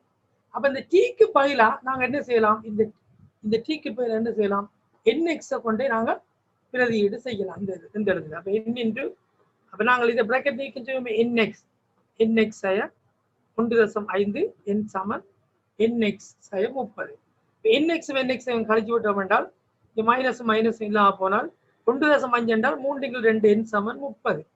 அப்ப உண்மையில இங்க 10. அப்ப என் சமன் வந்து 2ஆல 10 பெருக்கிட்டோம் என்றால் 20. ஆகவே மொத்தம் 20 மாணவர்கள் எங்களுக்கு வருவார்கள். சொல்றேன் உங்களுக்கு. இங்க பாருங்க, திரும்ப உங்களுக்கு சொல்லி கொண்டு வாரன். உண்மையா சராசரி எப்படி காணும், அந்த அடிப்படை தத்துவத்தை நீங்க விளங்கிட்டீங்கன்னா சரி. மொத்த சராசரி சமன் மொத்த மார்க்ஸை மாணவர்கள் எண்ணிக்கையால பிரிக்கிறது. அப்ப இப்ப சொல்றாங்க தவறுதலாக 30 மார்க்ஸ் கூட பதியப்படுது, 45 என்று 75 பதியப்படுது. அப்ப என்ன சொல்லணும், நம்ம மொத்த மார்க்ஸ்ல இருந்து 30 கூடிய மார்க்ஸ் கழிக்கவில்லை, சராசரி என்ன நடக்குது 1.5 குறையும். அப்ப புதுசா வர போற சராசரி என்ன தெரியாது. எக்ஸ்ல இருந்து 1.5 கழிச்சு போடு சமன் மொத்தத்துல இருந்து 30 கழிச்சால் மாணவர் எண்ணிக்கை அதே எண்ணிக்கையா இருக்க போகுது. இப்ப நான் குறுக்கால பெருக்கம் செய்யணும், உங்களுக்கு கணித ரீதியாக செய்து காட்டுறேன். இதை சிம்பிளாவும் செய்யலாம். குறுக்கால கணித ரீதியாக செய்து பார்க்கக்கூடிய இதை குறுக்கால பெருக்கும், இதை ஒன்று இ அளவு இருக்கும். என் பிராக்கெட் எக்ஸ் 1.5 சமன் 1 டி 30. இப்ப இந்த டி இருக்கிற இடத்துல இங்க பாருங்க, இந்த ஏற்கனவே சராசரி இருந்ததானே, இதுல இருந்து டி சமன் என்னன்னு எடுக்கலாம், என் எக்ஸ் அளவிற்கு எடுக்கலாம். அப்ப டி சமன் என் எக்ஸ். அப்ப டி இருக்கிற இடத்துல இங்க வந்து நாங்கள் என் எக்ஸ் பிரதியிட்டோம். இந்த இடத்துல டி இருக்கிறதுல இந்த டிக்கு பேர் என் எக்ஸ் போட்டால் என் எக்ஸ் 30. இந்த என் எக்ஸ் இந்த என் எக்ஸும் இல்லாம போயிடுவாங்க. அப்ப இங்க 1.5 3 என் சமன் 30. அப்ப என்ன பிரிச்சு விட்டோம் என்றால் 3ஆல பிரிச்சு விட்டா இங்க 1 இங்க 10 இங்க. அப்ப எண்ணிங்கள் 2 சமன் 10 என்று வரும். இந்த 2 குறுக்கால பிரிச்சு விட்டால் என் சமன் 20 என்று வரும். சரிதானே? என் சமன் 20 என்று வரும். ஆகவே மாணவர்கள் எண்ணிக்கை 20ஆக இங்க கருத்துல கொள்ளப்படும். ஆகவே நான் உங்களுக்கு இப்ப சொன்ன மாதிரிக்கு நான் சொல்ற விஷயத்தை கவனத்தில் கொள்ளுங்க.